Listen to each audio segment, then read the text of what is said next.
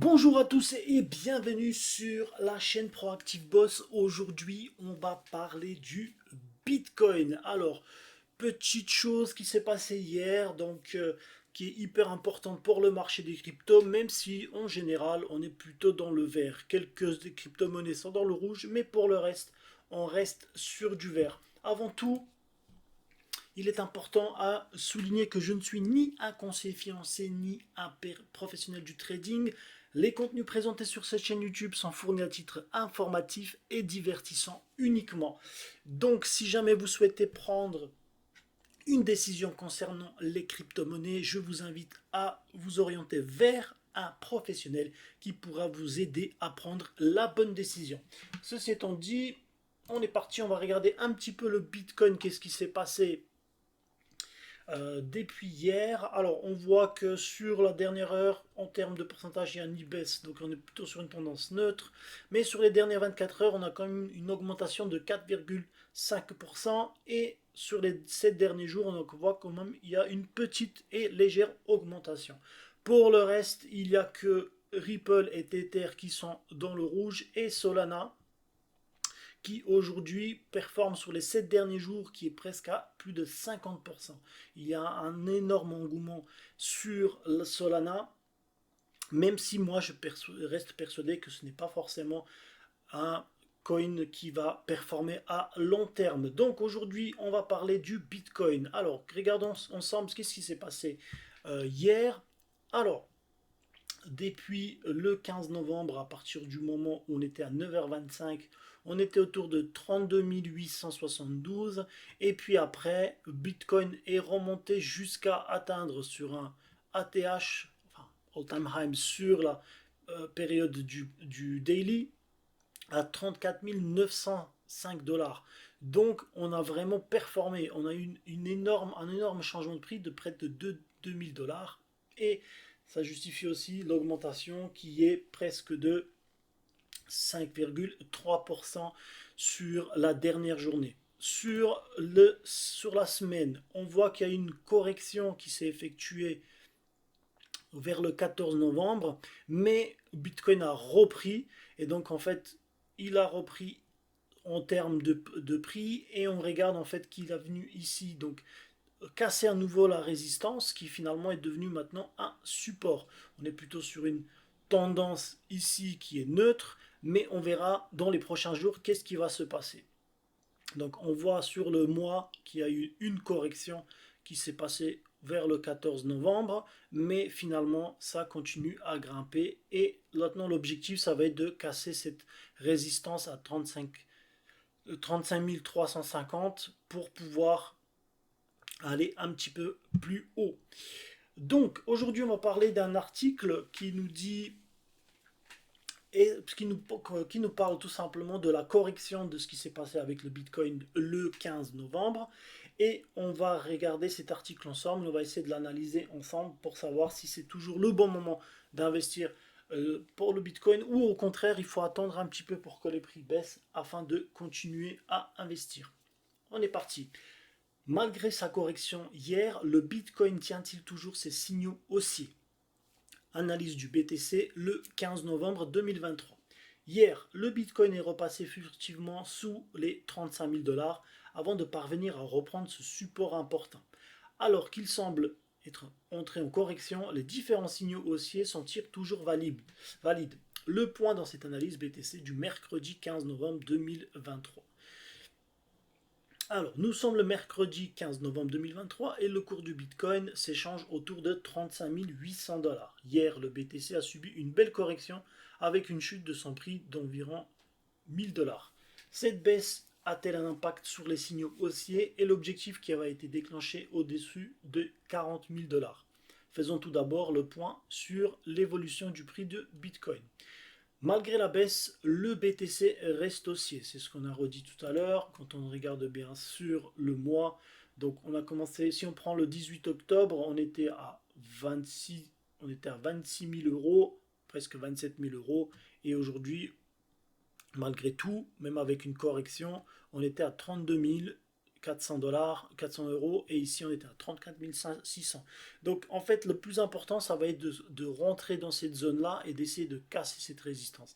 Ici, on a un support résistance qui se situe à 33 437 $. Donc maintenant, c'est là où il va falloir vraiment faire le travail, c'est là où les acheteurs vont être importants.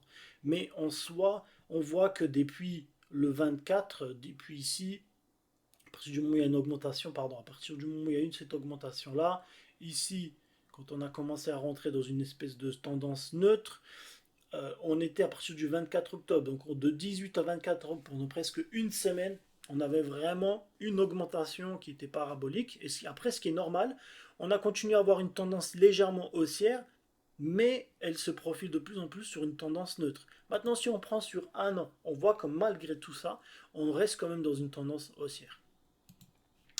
Donc, malgré la baisse, le BTC reste haussier, le Bitcoin reste dans le vert avec une performance de plus 1,35% sur 7 jours et de 33% sur un mois, ce qui paraît hyper intéressant.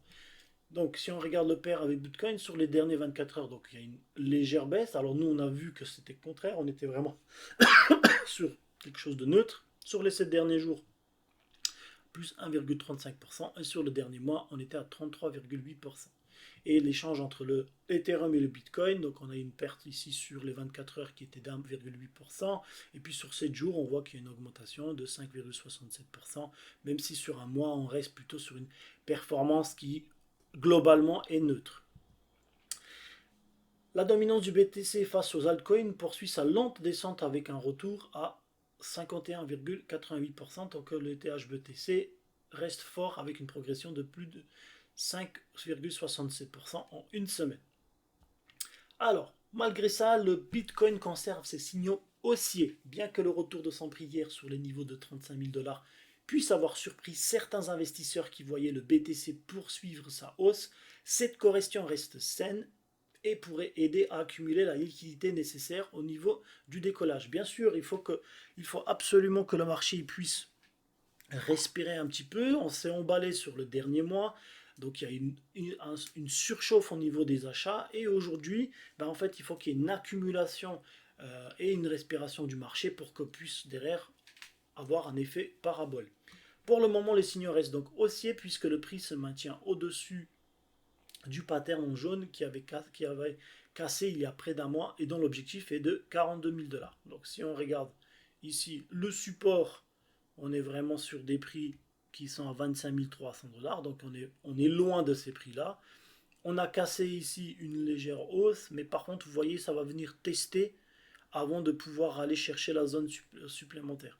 Donc il va falloir qu'on regarde aussi sur le long terme, et donc en fait notre support résistance, en fait il va se situer autour des 31 400 $. Vous regardez ici, donc en fait vous allez avoir 33 34 000, et c'est vraiment ça, c'est ça va être notre support résistance. Donc si on arrive à rebondir ici, on pourrait aller vers des sommets un peu plus hauts et on pourrait aller chercher donc les 42 43 000 $ ici.